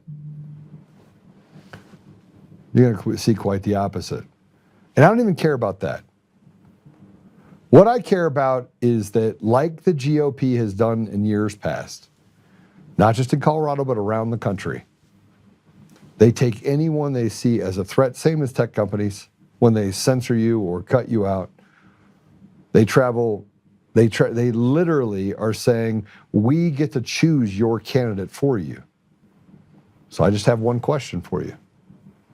If the GOP chooses your candidate, then are you really living in a representative government where the people don't have a choice and they get to choose and censor and take people off of a campaign and say, we're not going to put up Joe Oltmann. The guy, by the way, that has fought 5 years.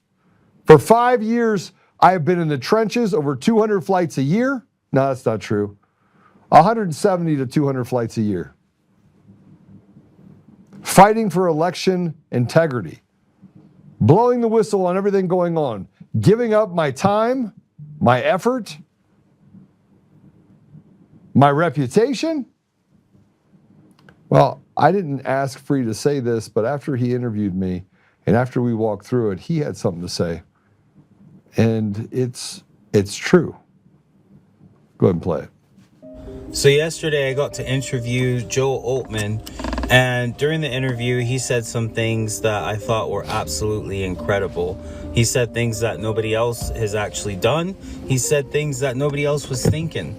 And so after the interview, he invites me to his suite at the Avs game, and I got to watch my very first hockey game, and my family and my friends were invited, and it was absolutely brilliant. But the whole night I kept thinking about how we as Republicans love to talk about election integrity. We love to fight for this election integrity. But within our own GOP, there's absolutely no election integrity. Why does a person like Joe, who's perfectly qualified to run Colorado, have to fight to debate? You see, the GOP, what they do is they decide who they want you to vote for. And what they do is they take every chance possible to put that candidate right in front of you. They take every chance possible to make sure that you see that candidate in a good way. They prop up that candidate, and so you basically don't get to see anybody else. And so I'm sitting there thinking, here I am with this ultra successful, ultra smart person. He cares about people, but yet he had to fight just to get on one debate.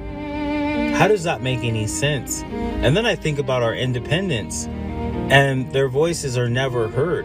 There's so many people that could be qualified to have a position within Colorado, and their voices are literally squashed, and they're put to the side because our own GOP is absolutely corrupt. And it's something that has to change.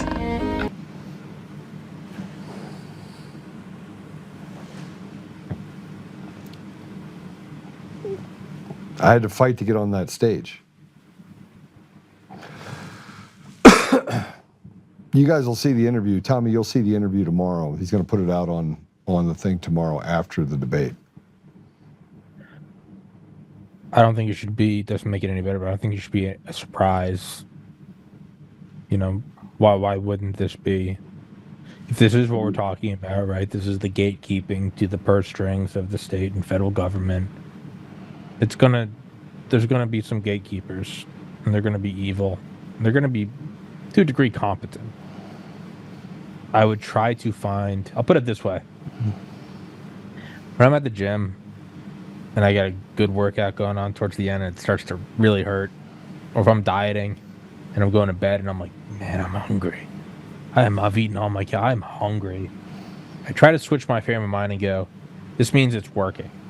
It doesn't make the pain go away. When you're at the gym and you feel the burn in your arm and you're like, that means you're like, hey man, you're at that point, you're breaking down muscle, you're reaching that next level. No matter, even if it's just you're getting forward 0.1% stronger today. Or dieting, and I go to that, I'm like, you know what? I was overweight for a long time. This means it's working. That's kind of how I try to frame, and I've been doing that relatively recently in my life, maybe the last couple months or so. I try to frame that when I'm hitting turbulence, you know, over the target, taking flak. Choose your analogy, metaphor. That would be kind of my first response to this. Like, yeah, man, this means you're getting closer to it. If it was all just rainbows and open arms and I know you.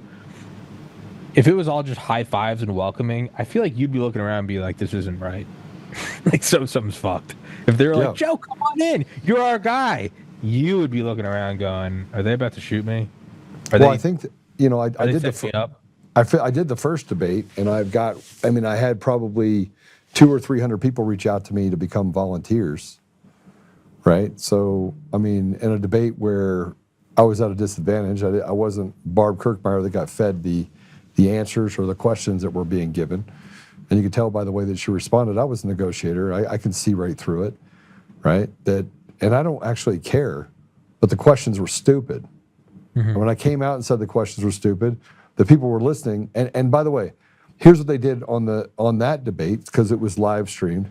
Every time I would be talking or answering, they would talk over the mic. They'd be like, and answer questions over the mic in the back so that you couldn't hear how I responded, but only when I spoke, right? I mean, this is basically the devil itself doing this. It's not me. It's they are literally trying everything they can do in order to enslave the people of Colorado. And it's not happening on the Democrat side. It's happening on the Republican side. Like, the Republicans are kind of trying to keep me from speaking. How's that? How's that work out? How's that pencil? When Victor Marx lies over and over and over again and bullies people. And I get a call from Mark over at Parker Conservatives. And he's like, Joe, you have somebody working on your campaign that's working on your actively going after Karl Marx. I'm sorry, Victor Marx. Sorry, came out of nowhere. Who's 80% of his followers are sock puppets. They're fake accounts. I'm a tech guy. Took that long to figure it out. And frankly, I don't know. Anyway, I want people to know, as we close this up today, I want you to know, Tommy, that tomorrow I am going to be at the Douglas County Governor's debate. Put it up. It's $25 admission. You got a little QR code down there. Scott Bottoms will be there, one of my favorite people. Jason Clark, he is a patriot, even though he got it wrong, that I was calling for any violence. I happened to talk to a couple people that know him and said that he's a passionate guy like me. Jason Mikesell seems like a decent guy. He's a sheriff. People say that he's not a decent guy. Man, look, I'm gonna say he's a decent guy, and then myself, that handsome fella on the right-hand side of that flyer. It is going to be tomorrow at the Kirk Hall at the Douglas County Fairground. It starts at 5:45 to 6:30. You can have food, and the debate begins at 6:30. Yes, there will be massive security there. I will have security there. There will be security there. If you come in to do harm, I just want to let you know it's going to end badly. Because there will be a lot of security there. A lot. So, and by the way, the security is not for the other 3 candidates. Security is because every day I get 2 or 3 different death threats, credible death threats from a couple. And so I'm going to protect myself and make sure there's people there to protect us. Yeah. Again, this comes back to the pain, the workout pain, the whatever. It's you're going in the direction you're supposed to be going. Yeah. It should be. I agree with that. It should. Doesn't make it any less easy. And it kind of actually does. I'd say it does make it a little easy because you know you're going in the right. And I've said this over the years of the podcast. You know, talking out about COVID in the 2020 election, destroyed the podcast, absolutely eviscerated the revenue streams. I've lost most of my friends, but more than ever in my life, I went to bed every night, and I just felt clear. I felt clean. I felt light, and that invaluable, truly invaluable. When you go to when it's just you, when it's not you, like we're doing right now, you're in front of a camera. When it's just you, as Richard Albert says, when there are nobody's eyes around to look into to tell you how great you are, when it's just you and God, you're clear, man. And I think totally that's clear. What you're doing is you're clear. And Totally clear. And that's what God wants for you, dude. You're walking the right path. When everything else is on fire, but you feel clear inside, you're marching to God's drumbeat. So, you know. I would agree with that. All right. Yesterday, one of the questions that was asked to me was, how do you plan on turning Colorado red? Let me just tell everyone that's listening right now. If the measurement of success is handing over power to people who are just as corrupt and just as broken as the devils on the left side, then how could that be your goal? Can't be. And so I'm going to tell you what my goal is. My goal is not to turn Colorado red. My goal is to turn Colorado, return it to the people. My goal is to serve the people. My goal is not to serve the Republicans and be like, how can we torture the Democrats? My goal is to give back to the have-nots, to make the judiciary responsible for their behavior, to have a checks and balance system that allow people to speak and have a voice at every level of government. My goal is to rid us of a tax structure that is meant to steal from you what is never theirs to take and to treat you like an institutional slave. And if that comes on the heels of saying that I have to abandon the idea that the Republican Party stands any more for the people than the Democrats do, then that's what we do. We cannot put ourselves in a position where the fact that red or blue is what wins the day, because it doesn't. And if I have to alienate the very people that I've spent the last 15 to 20 years serving, I mean, that's why it's always funny when they say President Trump was a Democrat. President Trump's a Democrat. He's not even a Republican. He's not a conservative. Yeah, I don't care what the title is. You could care less. Oh. What he's trying to restore in all of this is a semblance of the voice, the ethos, the very spirit of what our country represents. Where we truly take care of the poor, not give it to Somalis and other people that basically shit on us as Americans and tell us that we're a racist society, which we're not. Or attack whites and then have a part of the white people say, well, I'm not white, I'm Jewish. And create another cult-like environment where they can just bear down and destroy the very fiber of our state while letting criminals on the streets to do whatever they want. I don't care about red or blue. I'm a Republican because I'm pro-life. I'm a Republican, but I'm pro. But I'm going to tell you this. The Republican Party is not pro-life. No. It's not pro-life. President Trump is pro-life. Man, I don't care how many children he's had with how many wives. That guy has never seen a kid he didn't like. In other words, he's a great father. The fruit of his tree is amazing. His children are amazing examples of what children should be. I use that same barometer when I look at my children. Who are my children? Am I proud of who they are? Are they good people? Do they serve others? Are they unselfish? Are they selfless? Are they willing to stand up for what's right regardless of the consequences? Those are the barometers that I use.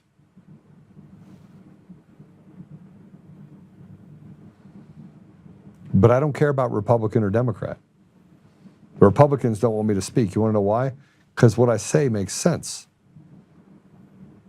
The Democrats asked me to come speak. The Republicans tried to keep me from speaking. And then they prop up this guy, Victor Marx, who, man, trafficked a woman from California, dishonored a vet, did really bad things. I have a Catholic priest that's like, this guy is terrible. He's a terrible person. I get calls from people in the Middle East that say, yeah, he's not who he said he was. He's a paper tiger. He's an intelligence asset. I don't know if that's true or not. I'm going to find out. But Victor Marx is not a good man because he lied about me. And he lied and he propped up his family as an excuse for why he's not going to debate. That's why Victor Marx doesn't get any marks from me. And the Republican Party and running around saying that don't let Joe speak and he stands for violence. I've now answered it over and over and over again. I stand against treason. You commit treason, you should be hanged, period. Full stop. All right. Well, before we get out, I'm going to tell you this. Apple Podcasts, Google Podcasts, Spotify, Pandora, iHeartRadio, TuneIn, and more. We have a bunch of new things that we're doing. We'll be on Google. We'll be on now that I found out, somebody said that they were on Amazon Prime. I was like, yeah, I'm going to go get on Amazon Prime. That sounds good. I'll go get picked up there. I went and looked at everybody's show that got put on Amazon Prime, and I was like, well, I'm in the top 0.1% of broadcasts in the world with 7.5 million people around the country that listen to me, the audio or the video. Why can't I be on Amazon Prime? So we're going to try and get on Amazon Prime. So imagine that. It'd be kind of cool to be on Amazon Prime, wouldn't it? I mean, it's kind of neat. So we're going to go for that.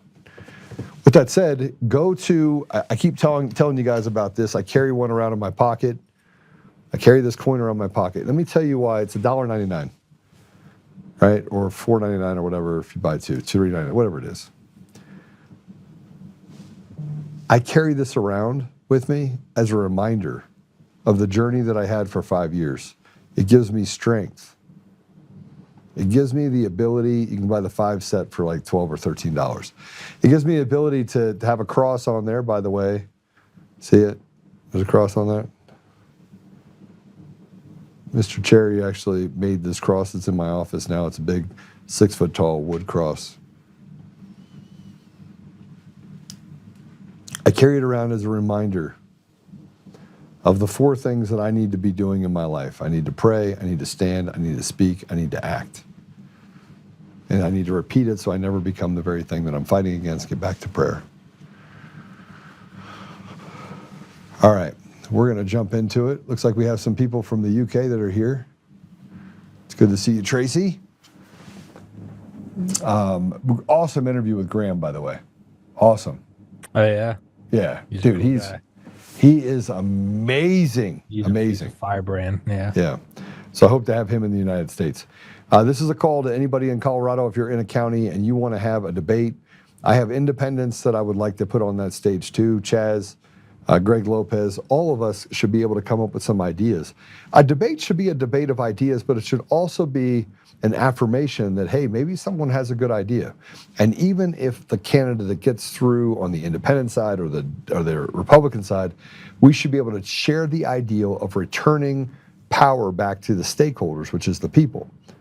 So I think that if you're in Colorado and you want us to have a debate, we can invite the Democrats too. Let's get Bennett and Weasel Weiser out there and let's find out what they stand for. I don't think there would even be it wouldn't even be close. But Chaz, who represents, he's up in Mesa County, Grand Junction area. Greg, get Scott Bottoms, Barb Kirkmeyer. Let's get them all together. Have a conversation about how they're going to help those most in need in Colorado and how they're going to eliminate entitlements and these overburdening taxes that we have to pay here. So let's pray it out. Tracy, it's good to see you. Mod Trend, you might want to run for governor. It'd be really good. You could challenge Newscomb. We're going to get rid of machines and mail-in ballots, guys, one way or another. One way or another. All right, so Father God, thank you. Man, we are so blessed. We have so many blessings that you've put upon us. We keep saying, but God. We bring it back before you, and we know that, but God, but you, Father, we would not have the ability to have President Trump in office. And while they slander him with impunity and they do things in order to indoctrinate and to lie, we do make progress and we keep pressing forward. We're at a critical time, Father, and we are even grateful for this critical time where we must be able to take a stand and eliminate the things that they have used to beat us with. Taking away the machines and the mail-in ballots and getting to a free and fair election will restore a semblance of dignity to our communities and give us the ability to fight back against these evildoers. And as we look at this, Father, and we also look at the elections and we look at who's going to be in those positions, we ask you, Father, to do the supernatural and to guide us to a place where a representative candidate will take hold of each one of the positions in Colorado and around the country. We ask you, Father, to give us guidance, to give us wisdom, and to help us to fight off this evil and push it back to the hole it came from. And as we look into the GOP in Colorado and around the country, we know that there are major fractures that happen because people want to concentrate on fighting each other rather than working the problem. So help us, Father, that we may refocus. We may refocus on the things that matter to our community, to our people, to your people, and get to a place where we operate unselfishly to solve those problems while setting aside and having grace for those around us that we may or may not get along with. I ask these, Father, these things humbly in the name of Jesus Christ. Amen. Amen. Amen. Father, Son, Spirit. Amen. All right. I'll see you guys later. See you, brother, man. It's good to see you. Later, Joe. I love you, buddy. Right. Love you too, bro. Thank you so much.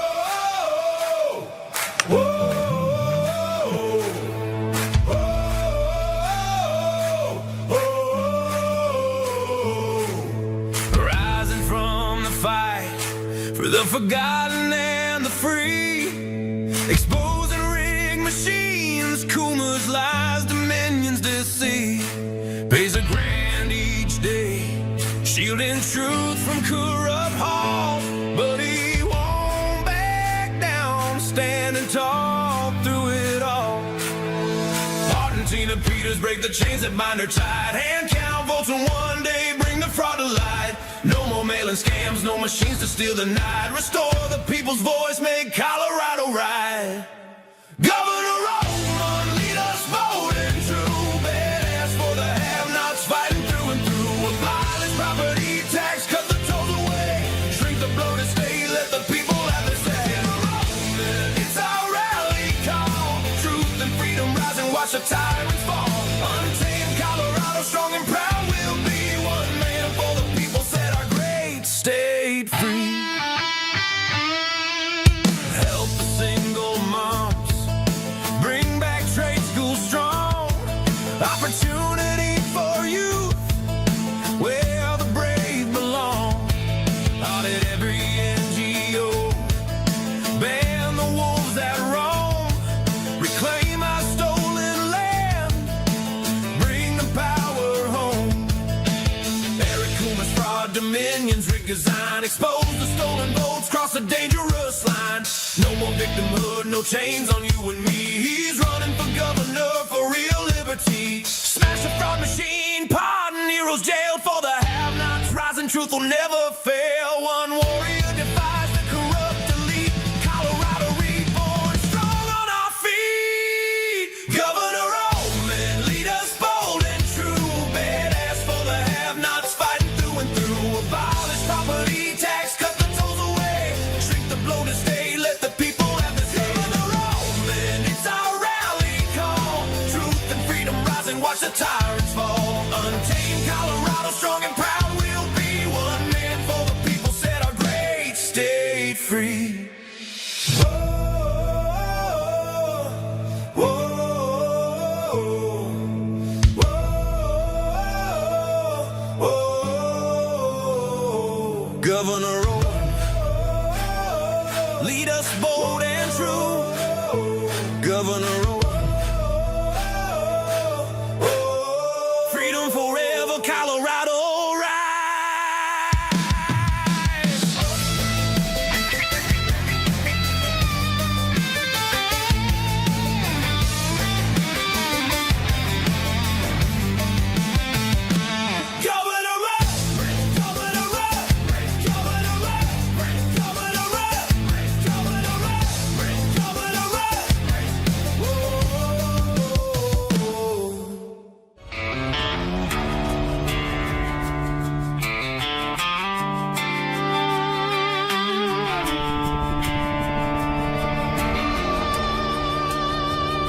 rise up untamed.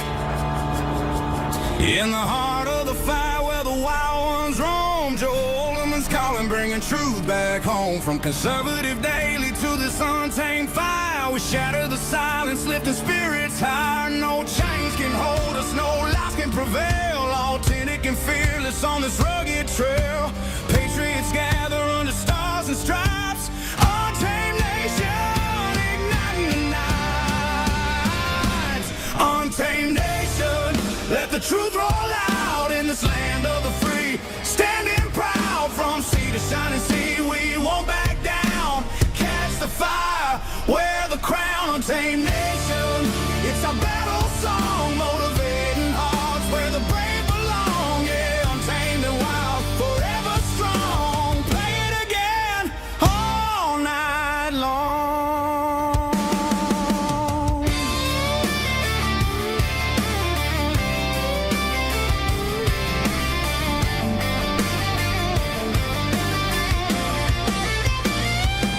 Break the mold, chase the real, no more games, time to heal. Joe's voice leads the untamed crew. Truth matters through and through. Untamed nation, let the truth roll out in this land of the free. Standing proud from sea to shining sea.